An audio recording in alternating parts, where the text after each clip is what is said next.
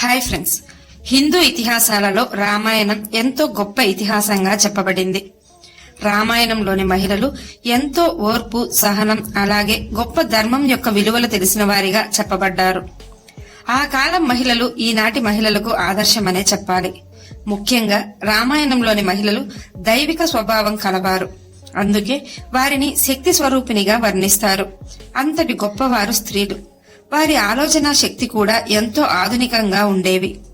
అలాంటి వారిలో రావణుని భార్య, లంకా రాజ్యానికి మహారాణి అయిన మండోదరి కూడా ఒకరుగా చెప్పబడ్డారు. మండోదరి ఎంతో సౌందర్యవతి. రామాయణంలో మండోదరిని అందాల రాశిగా వాల్మీకి వర్ణించాడు. మానవత్వం ఉన్న స్త్రీగా మండోదరి మనకు రామాయణంలో కనపడుతుంది. అయితే మండోదరి ఎందుకు ఒక జంతువుగా జన్మించింది? అసలు ఆ జంతువు ఏది? అందుకు గల కారణాలేంటి? రామాయణంలో ఎన్నో విషయాలు మనకు తెలియని ఉన్నాయి. అందులో కొన్ని ఎవరికీ తెలియని నిజాలు, కొన్ని పాత్రలు ఉన్నాయి. వారెవరు? అలాంటి సందేహాలన్నింటికీ సమాధానాలు ఈ వీడియోలో తెలుసుకుందాం. వీడియో చూస్తున్న వారిలో ఎవరైనా శ్రీరాముని భక్తులు ఉన్నట్లయితే తప్పకుండా జై శ్రీరామ్ అని కామెంట్ చేయండి. అంతకంటే ముందు ఎవరైనా మన ఛానల్ ని ఫస్ట్ టైం చూస్తుంటే ప్లీజ్ సబ్స్క్రైబ్ చేసుకోండి. అలాగే ఈ వీడియోని తప్పకుండా లైక్ చేయండి. మీ ఒక్క లైక్ మాకెంతో సపోర్ట్ నిస్తుంది.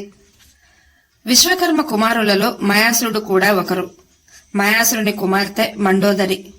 మయాసురుడు గొప్ప వాస్తుశిల్పి, అలాగే అద్భుతమైన రూపకర్త. లంకా రాజ్యానికి రాజు రావణాసురుడు. రావణుడు ఒక కొత్త నగరం నిర్మించమని మయాసురుణ్ణి కోరడానికి అతని ఇంటికి వెళ్తాడు. ఆ సమయంలో రావణుడు మండోదరిని చూస్తాడు. మండోదరిని చూడగానే ఇష్టపడి ఆమెను ఇచ్చి వివాహం చేయమని మయాసురుణ్ణి కోరతాడు. మయాసురుడు కూడా ఎంతగానో సంతోషించి రావణునికి మండోదరిని ఇచ్చి వివాహం జరిపిస్తాడు. రావణాసురుని పట్టమహిషి మండోదరి. మండోదరికి శిల్పశాస్త్రం, ధర్మశాస్త్రం, నీతి శాస్త్రం వంటి శాస్త్రాలలో మంచి ప్రావీణ్యం కల స్త్రీగా చెప్పబడింది. మండోదరి వ్యక్తిత్వంలో కూడా ఎంతో గొప్పది. అలాగే మండోదరికి మానవత్వం కూడా ఎక్కువే. మండోదరికి రావణాసురునికి స్వచ్ఛమైన బంగారంతో మిరుమిట్లు గొలిపే ఒక నగరాన్ని నిర్మించి ఇస్తాడు మయాసురుడు. మండోదరి మహాపతివ్రత. రావణాసురుడు మాత్రం గర్వం, అహంకారంతో నిండిన అసురుడు. రావణుడు చేసే అధర్మాలను మండోదరి ఎప్పటికప్పుడు ఖండిస్తూనే ఉండేది. మండోదరి రావణునికి ఎన్నో సలహాలు ఇస్తూ రావణుణ్ణి ధర్మ మార్గంలో నడిపించడానికి ఎంతగానో ప్రయత్నిస్తుంటుంది. కాని రావణుడు తన భార్య మాటలను ఏనాడూ లెక్క చేయలేదు. ధర్మం పట్ల విభీషణుడితో పాటు సమాన జ్ఞానం గల స్త్రీ మండోదరి. పరస్త్రీల పట్ల వ్యామోహం నాశనానికి దారితీస్తుందని రావణుణ్ణి వారించింది మండోదరి. రావణుడు సీతమ్మ తల్లిని అపహరించినప్పుడు కూడా రావణుడు చేసేది తప్పని, అధర్మమని చెప్పి సీతను శ్రీరాముని వద్దకు పంపమని ఎంతగానో చెప్పి చూసింది. కోరి నాశనాన్ని తెచ్చుకోవద్దని రావణుణ్ణి హెచ్చరించింది మండోదరి. కాని రావణాసురుడు ఆమె సలహాలు కాని ఆమె హెచ్చరించడాన్ని కూడా ఏనాడూ పట్టించుకోలేదు. సీతను అపహరించినప్పుడు మండోదరికి రావణుని పతనం మొదలైందని అర్థమవుతుంది. మండోదరి విష్ణువు యొక్క పరమభక్తురాలు. హనుమంతుడు సీతను వెతుక్కుంటూ లంకకు వెళ్లినప్పుడు మండోదరిని చూసి సీతమ్మ తల్లి అనుకుని అపోహపడతాడు. అంతటి అందమైన స్త్రీ మండోదరి. మరి అంత అందమైన స్త్రీ మండోదరి అని వాల్మీకి వర్ణించినప్పుడు ఆమె ఎందుకు ఒక జంతువులా జన్మించిందో ఇప్పుడు తెలుసుకుందాం. పూర్వం మధుర అనే అప్సరస కన్య ఉండేది.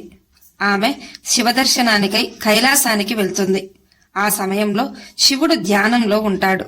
అలా ఉన్న పరమశివుణ్ణి చూసి మైమర్చిపోతుంది మధుర. మధుర తన్మయత్వంతో తన కురులతో శివుణ్ణి తాకిస్తుంది. అప్పుడు ఆమె కురులకు కొంత విభూది అంటుకుని ఉంటుంది. ఆ సమయంలో పార్వతీదేవి అక్కడికి వస్తుంది. మధుర ప్రవర్తన చూసిన పార్వతీదేవి ఆమెపై కోపంతో జీవితాంతం కప్పలా మారి జీవించమని శపిస్తుంది పార్వతీదేవి. మధుర చాలా భయపడి వెంటనే శివపార్వతులను క్షమాపణ కోరుతుంది. పరమశివుడు పార్వతీదేవికి నచ్చజెప్పడంతో పార్వతీదేవి మధురకు కొంత ఉపశమనం కలిగిస్తుంది. జీవితాంతం అనుభవించాల్సిన శాపాన్ని 12 సంవత్సరాలకు తగ్గిస్తుంది. భూలోకంలో ఒక బావిలో కప్పలాగా మారి 12 సంవత్సరాలు కఠోర తపస్సు చేస్తే శాప విముక్తి కలుగుతుందని పార్వతీదేవి మధురకు చెప్తుంది. ఆ సమయంలో మయాసురుడు అలాగే అతని భార్య హేమలకు కూతురు కలగాలని ఎంతో కోరికగా ఉంటారు. కాని వారికి 2 కుమారులు జన్మిస్తారు. ఎలాగైనా వారికి కూతురు కావాలని అడవులకు వెళ్లి తపస్సు చేస్తూ ఉంటారు. కొంతకాలానికి వారికి ఒక పసిపాప ఏడుపు వినపడుతుంది. చుట్టుప్రక్కల వెతగ్గా ఒక బావిలో వారికి ఒక పసిపాప కనబడుతుంది. మధుర 12 సంవత్సరాల తపస్సు తర్వాత శాప విముక్తి కలిగి పసిపాపలా మారుతుంది. కప్పగా ఉన్న మధుర పసిపాప అవుతుంది. ఆ ఏడుపు విన్న మయాసురుడు దేవకన్య అయిన అతని భార్య హేమ ఆ బిడ్డను తీసుకుని దైవప్రసాదంగా భావించి వారితో తీసుకెళ్తారు. ఆ బిడ్డకు మండోదరి అనే పేరు పెట్టి పెంచి పెద్ద చేస్తారు. రావణుడు ఇష్టపడ్డాడని మండోదరిని రావణునికి ఇచ్చి వివాహం జరిపిస్తాడు మయాసురుడు. మండోదరి విష్ణు భక్తురాలు. రావణాసురుడు మహాశివుని యొక్క పరమభక్తుడు. సీతను అపహరించినప్పుడు కూడా మండోదరి రావణుణ్ణి హెచ్చరించి శ్రీరాముడంతటి వారితో యుద్ధం మీ నాశనానికి దారితీస్తుందని రావణుణ్ణి వారించి హెచ్చరిస్తుంది. కాని రావణుడు వినకపోవడంతో చివరకు రామరావణ యుద్ధం జరుగుతుంది. శ్రీరాముని చేతిలో రావణుడు మరణిస్తాడు. యుద్ధం తర్వాత రావణుని శవం ముందు కూర్చొని మండోదరి ఎంతగానో దుఃఖిస్తుంది. మండోదరికి ఉన్న పతిభక్తిని చూసి శ్రీరాముడు ఆమెకు సుమంగలి అనే వరాన్ని ప్రసాదించాలనుకుంటాడు. అందుకే మండోదరిని విభీషణునికి పట్టమహిషిని చేస్తాడు. మండోదరి మొదట నిరాకరించిన శ్రీరాముడు శ్రీ మహావిష్ణువు యొక్క అవతారమని భావించి ఒక షరతుతో అంగీకరిస్తుంది. కేవలం విభీషణునికి సహాయకురాలిగా ఉంటూ పట్టపురాణి అయి వ్యవహరిస్తానని చెప్తుంది.